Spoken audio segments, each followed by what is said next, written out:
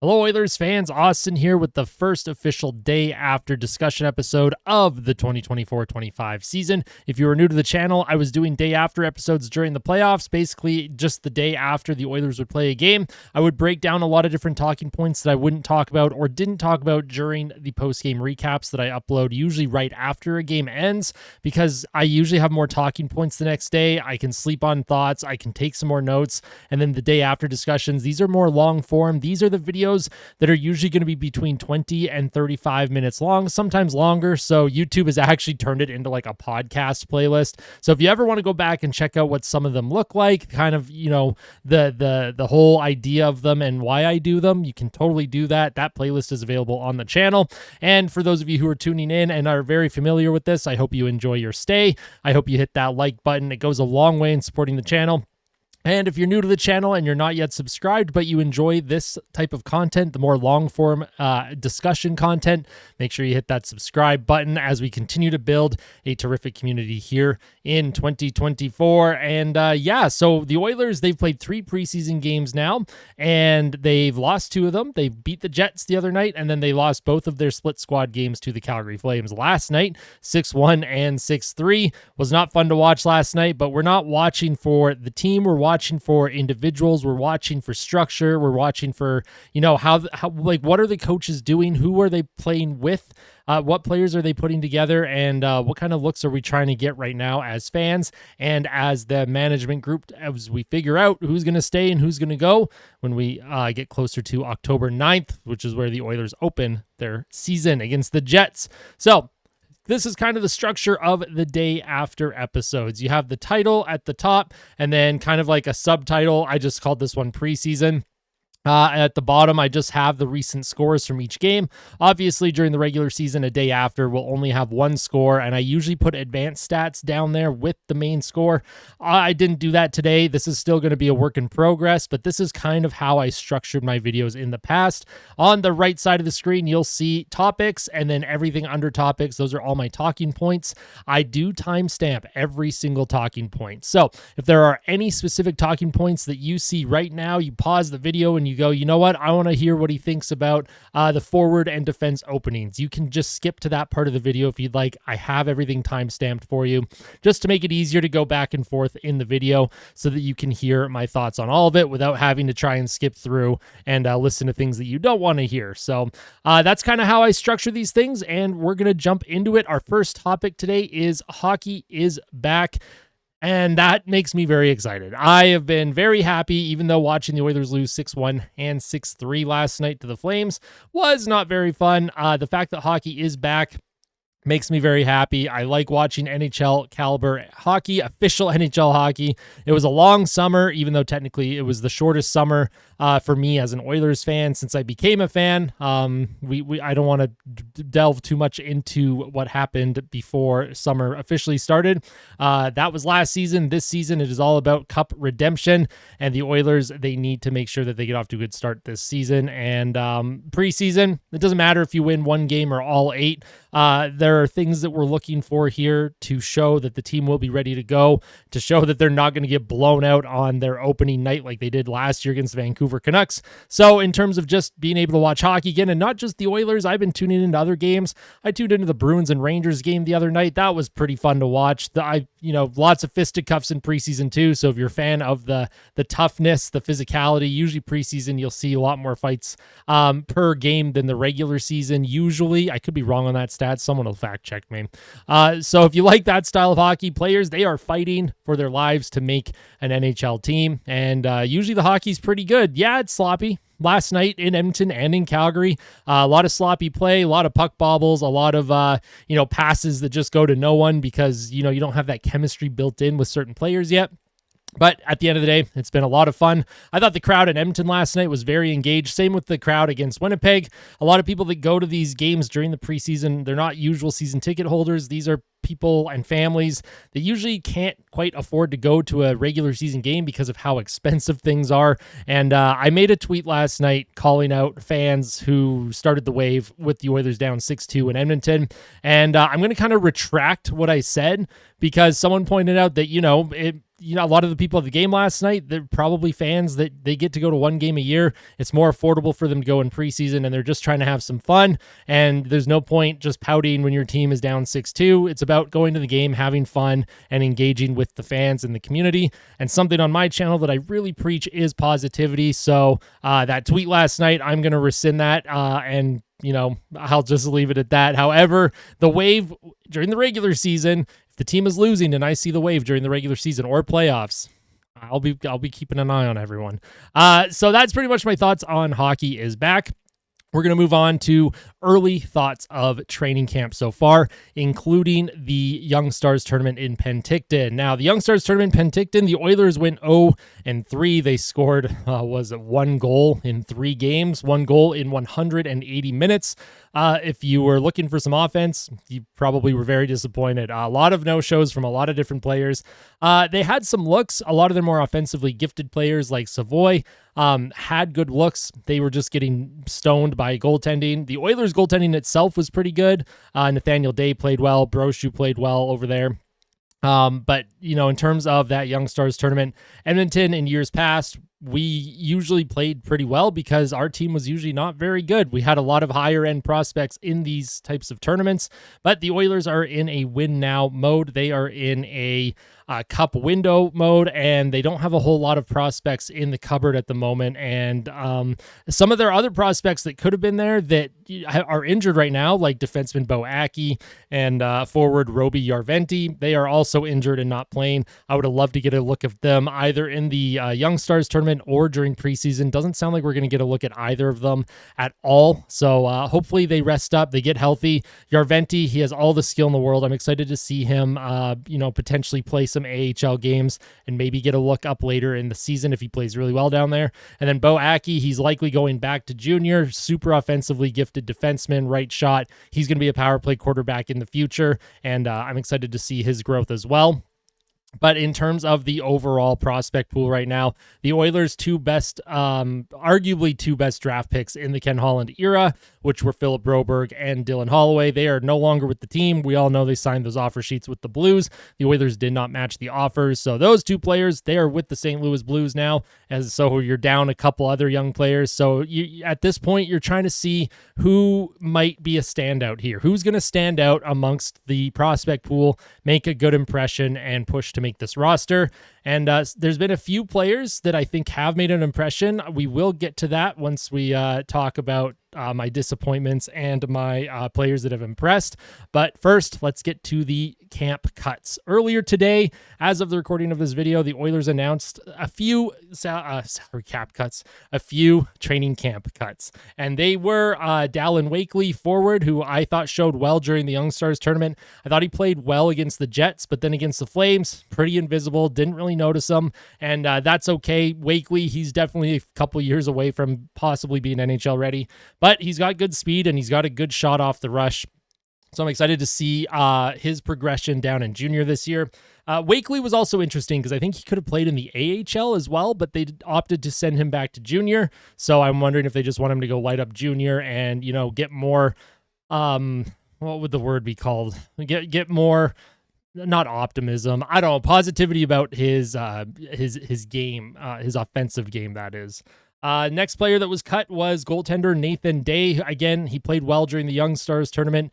Didn't get much of a look here in preseason. And again, Nathan Day is someone that he's going to go back to junior. He's in the system. He's someone that we're hoping to grow into something one day. So that's fine with me. Next cut was Connor Clattenburg, which I thought was interesting. I thought they'd give him a little bit more time just because I thought he showed pretty well last night against the Flames. He hit the post. He skates okay. He skates pretty well. He uses his size and he gets into rough stuff.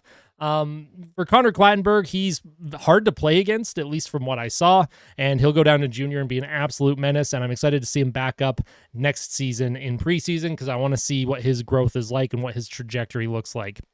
And then the last player that was cut was William Nickel. I thought he played well during the Young Stars tournament, and I thought he played pretty okay against the Jets the other night. However, he did not play against the Flames in either game, and they decided to move on from William Nickel. They sent him back down as well, which, again, is fine. You're not expecting a lot from a lot of these names. A lot of people watching this video, you're probably hearing a few of the names that I've mentioned, and you're like, I'm I'm not familiar with these players. So that's totally okay. Those were the camp cuts. I want to know what your thoughts on those cuts are. You can let me know in the comment section down below. Moving on to who has impressed so far during training camp. I have a few players listed here that I'm going to talk about that I think have been very impressive. I'm trying to leave out the main established NHL players when I talk about impressive and disappointments. Mostly because I'm trying to focus on players that are trying to make the team push for a roster spot. So players that have impressed for me so far, I have Matthew Savoie. He does not look like he's out of his element right now. The 2 NHL games that he's played against the Jets and then last night in Calgary. Now, as the game went along in Calgary, he got quieter, but so did the whole team. The team, I think, had 1 shot attempt at 5-on-5 in the third period in that 6-1 loss, but it's far from Matthew Savoie's fault. I think he has played pretty good considering the circumstances. He had an assist on the overtime winner against the Jets, and I've liked Matthew Savoie's game a lot. He is fast. He is tenacious. He is skilled as all hell. He is very, very good at his dangling, and he creates space for others to get open, and he finds them. And he has scoring touch as well. I'd like to see him pot a goal or 2 here in preseason, but he has been impressive. He's been everything as advertised, and I hope he sticks around right to the end and really pushes for a roster spot.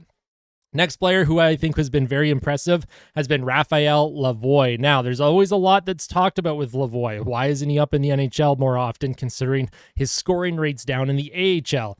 And through scouting reports, it sounds like his skating has never been great.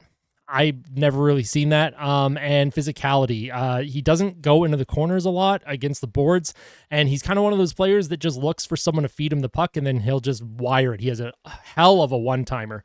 But for Raphael Lavoie, so far in camp, he has been very engaged. He has been more physical. He's been getting down in the corners, doing the dirty work. He's been cutting it out in front. He's been crashing the crease. He's been getting his one-timer opportunities. His game is really rounding into form right now, and that is so good to see. Bit of a late bloomer here. I think he's 23 or 24 now. If you're going to make an NHL team, this has got to be the year. And for Raphael Lavoie, again, he has so much skill and talent. He had a one-timer power play goal against the Winnipeg Jets. And then last night against the Flames in the 6-3 loss, he had 7 shots on goal. He had a puck that hit the post. He probably could have scored 3 or 4 goals. He's in the right areas all the time. I thought he looked really, really good, and hopefully he can continue his solid play. Next up for players that have been impressing me, Vasily Podkolzin. Now, last night in the third period, I thought Podkolzin was a little bit more quiet. However, the 2 periods before that and the game against the Winnipeg Jets, phenomenal hockey. Podkolzin is a little Energizer bunny. He never stops moving his feet. He is physical. He is tenacious on the puck. He has offensive talent. He has a good shot. And he had a couple really good opportunities to score last night. Draisaitl opening shift set him up right in front of the net, and he just couldn't bury it. He had a chance later in the period. He couldn't bury it. Had a really good look in the second period. Again, just couldn't quite bury it.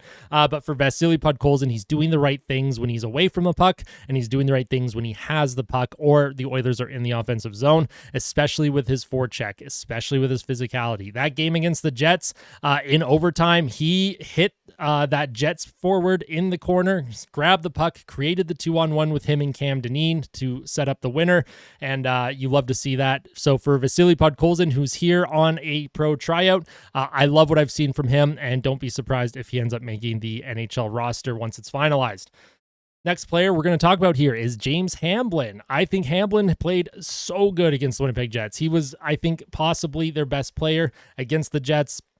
Obviously there was a couple other players that were really good, but James Hamblin, his two-way game has really turned it around. Like, if he plays like he did against the Jets in future preseason games, it is going to be so hard to argue to cut him for that fourth line center position that is available on this team heading out of camp right now.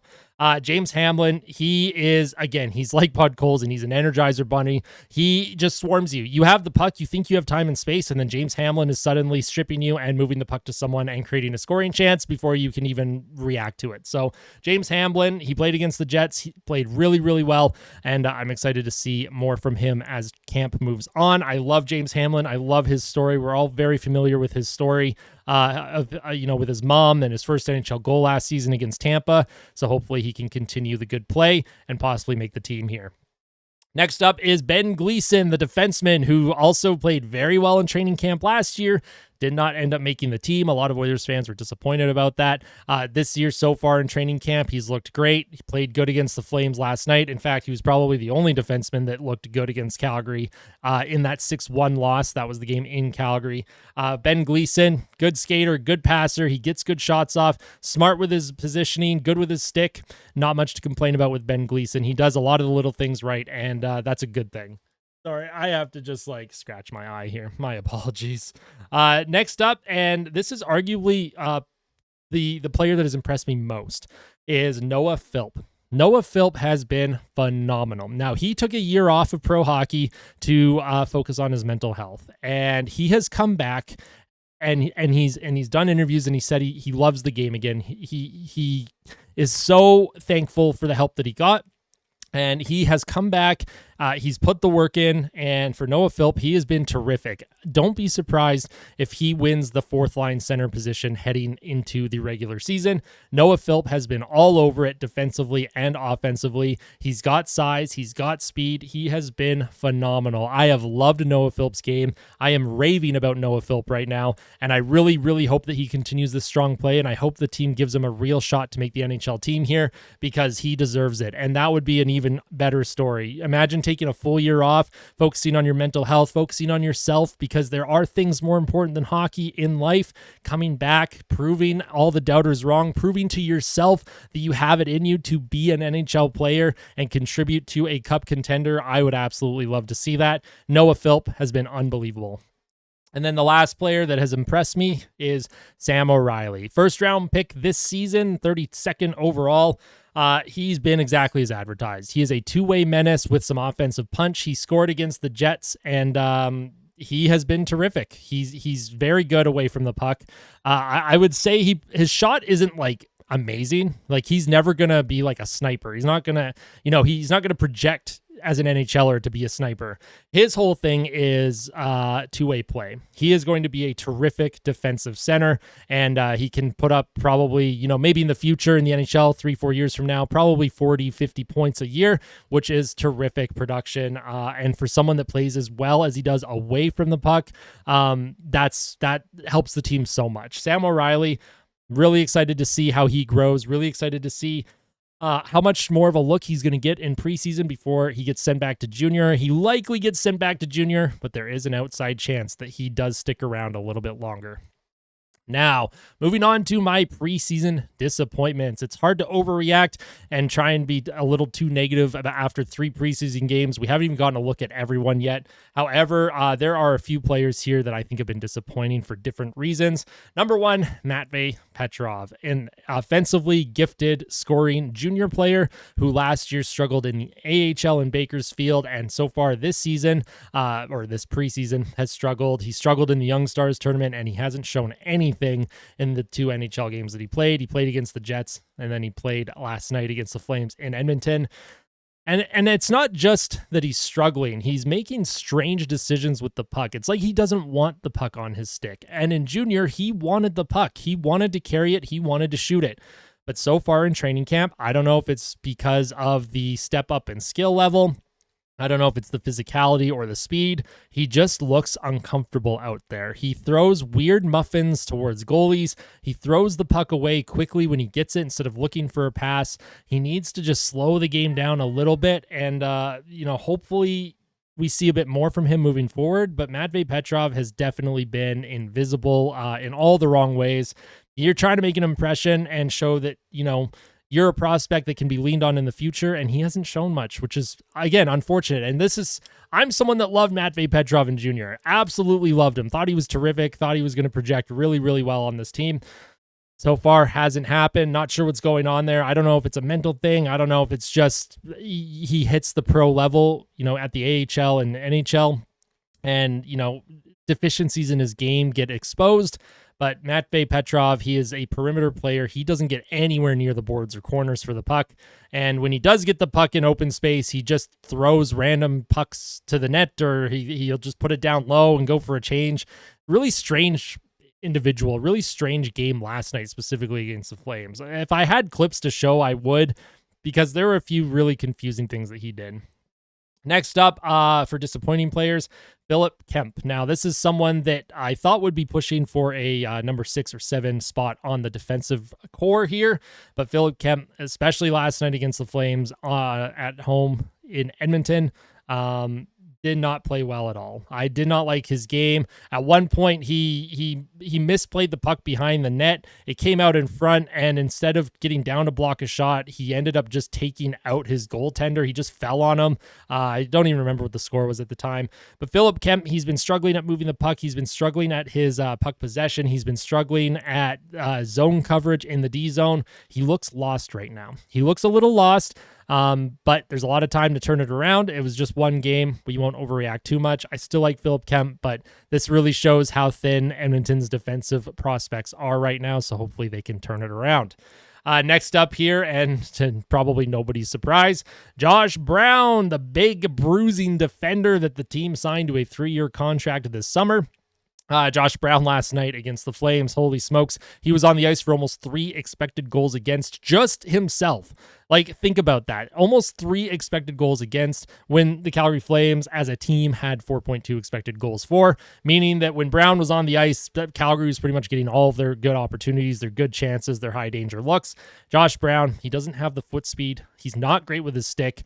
He can block shots, but he wasn't blocking anything last night. He looked like he had no idea where to be on the ice, and the Josh Brown experience, my friends. If you've watched Josh Brown, if you've known of Josh Brown before his time with the Oilers right now, you'll be very familiar with how little the analytics community likes him. I'm someone that is in the analytics community, did not like that signing at all, so I'm going to be biased on this one. Not a fan of Josh Brown right now.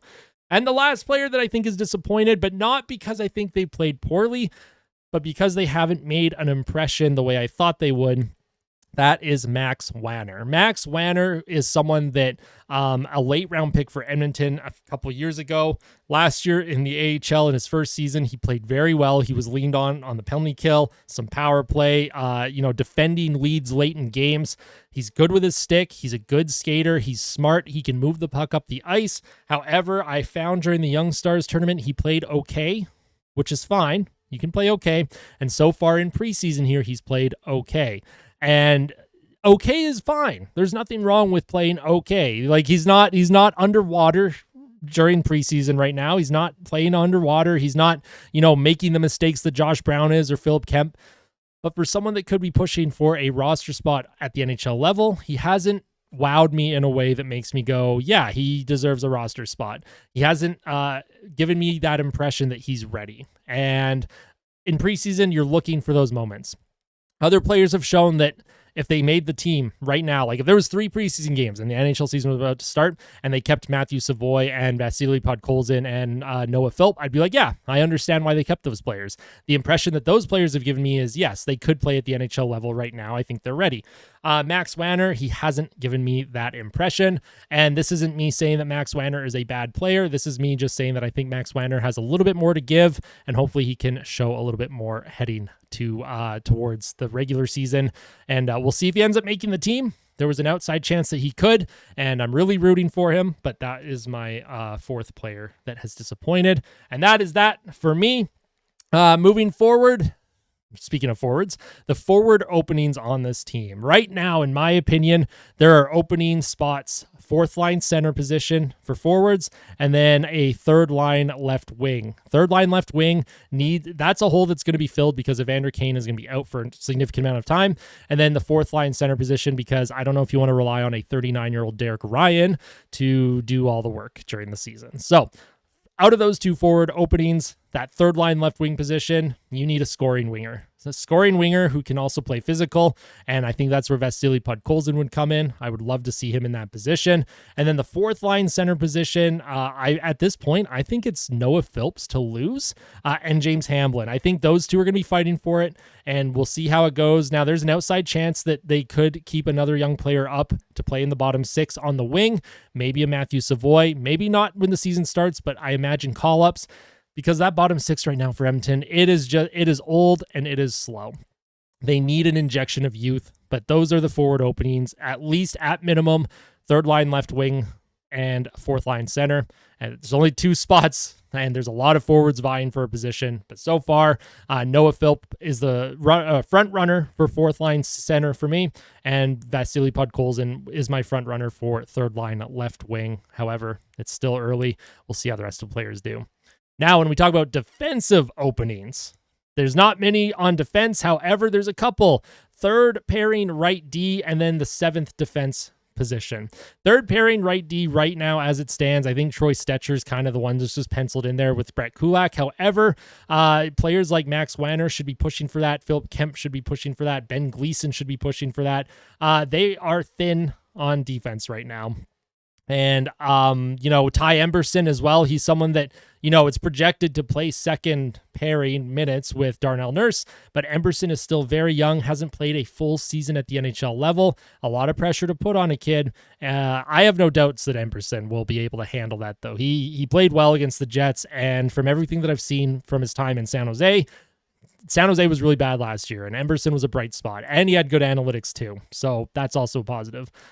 So the defense openings, again, there's not many. However, if you can really stand out as a defenseman right now, opportunity is there. Not only for the number 6 position, number 5, but maybe even that second pair if you play really well. So I'll be curious to see how the team approaches the defense positionings, the defense openings on the roster, and who ends up coming out on top.